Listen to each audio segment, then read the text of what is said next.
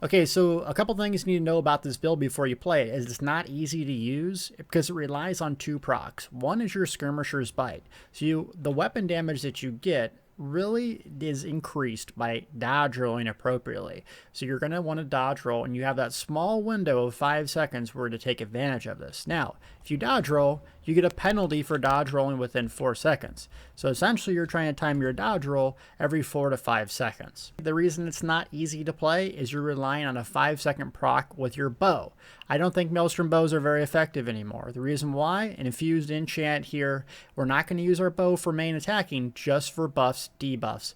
And so this makes it almost 1,000 weapon damage if you calculate this skirmisher and the bow. That's a lot of weapon damage because it gets amped up by other sources like medium armor, our Adric spear passives, etc. Okay, so I want to teach you the opener first. Now, the opener is not exactly easy, but it's very effective. Essentially, what you want to do is start in stealth at all times if you can. The primary thing you want to do is light weaving an attack with poison injection and then stun them. So this is what it's going to look like. I'm going to left click, poison injection, left click again, stun.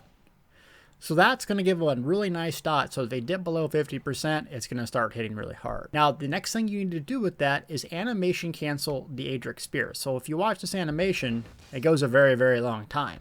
What you can do is set up your rotation so that when you click the spear, you bar swap. See how fast it cancels that animation? We're going to do light attack, injection, light attack, bar swap. Now we're going to charge them. This is what it would look like. At this point, I do one of two things. I either do biting jabs to get them below 50% for my finisher reverse slice, or I do a Dawnbreaker once they become CCable again. So when I say CCable, what I'm doing is looking at the circle at their feet.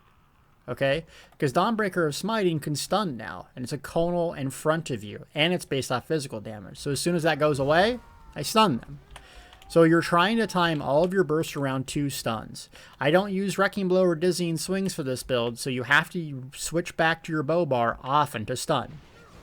You gotta go in, and jabs, and then execute, essentially right there. Now, a quick tip on survival, especially with Nightblades, our other set that we use, so I'm going to show you a lot more in-depth on how to survive, is Eternal Hunt. Basic dodge roll stuff. The best thing you can do against a Nightblade that's going to jump all over you with ambush is dodge roll and sit in the rune itself. So Clara damage to me. See? That does a couple things. It immobilizes them, it takes a lot of damage, and you got to stun them. Oftentimes I see players just running away from a Nightblade like this. That's the worst thing you can do, because what are they going to do? They're just going to keep jumping on you, keep jumping on you, keep jumping on you. You need to turn and stun them. Stun. Now dodge and get out of there. You remember that ambush is not 28 meters. I think it's 22. So you can have a split second to stun them and get away. That's how you do it on this build. Well, gang, that concludes part 1 of our Dodgeplar build. Part 2, I'll show you a lot more detailed information how the build works, talking traits, gear, CP if you were to use it, and especially more in-depth rotation, CC breaking, and survival. So stay tuned for part 2, should be out in the next few days. As always, thank you so much for watching. I hope you enjoyed this video. Let me know what you think about it in the comments, and let me know if you're using something similar and how does it work for you.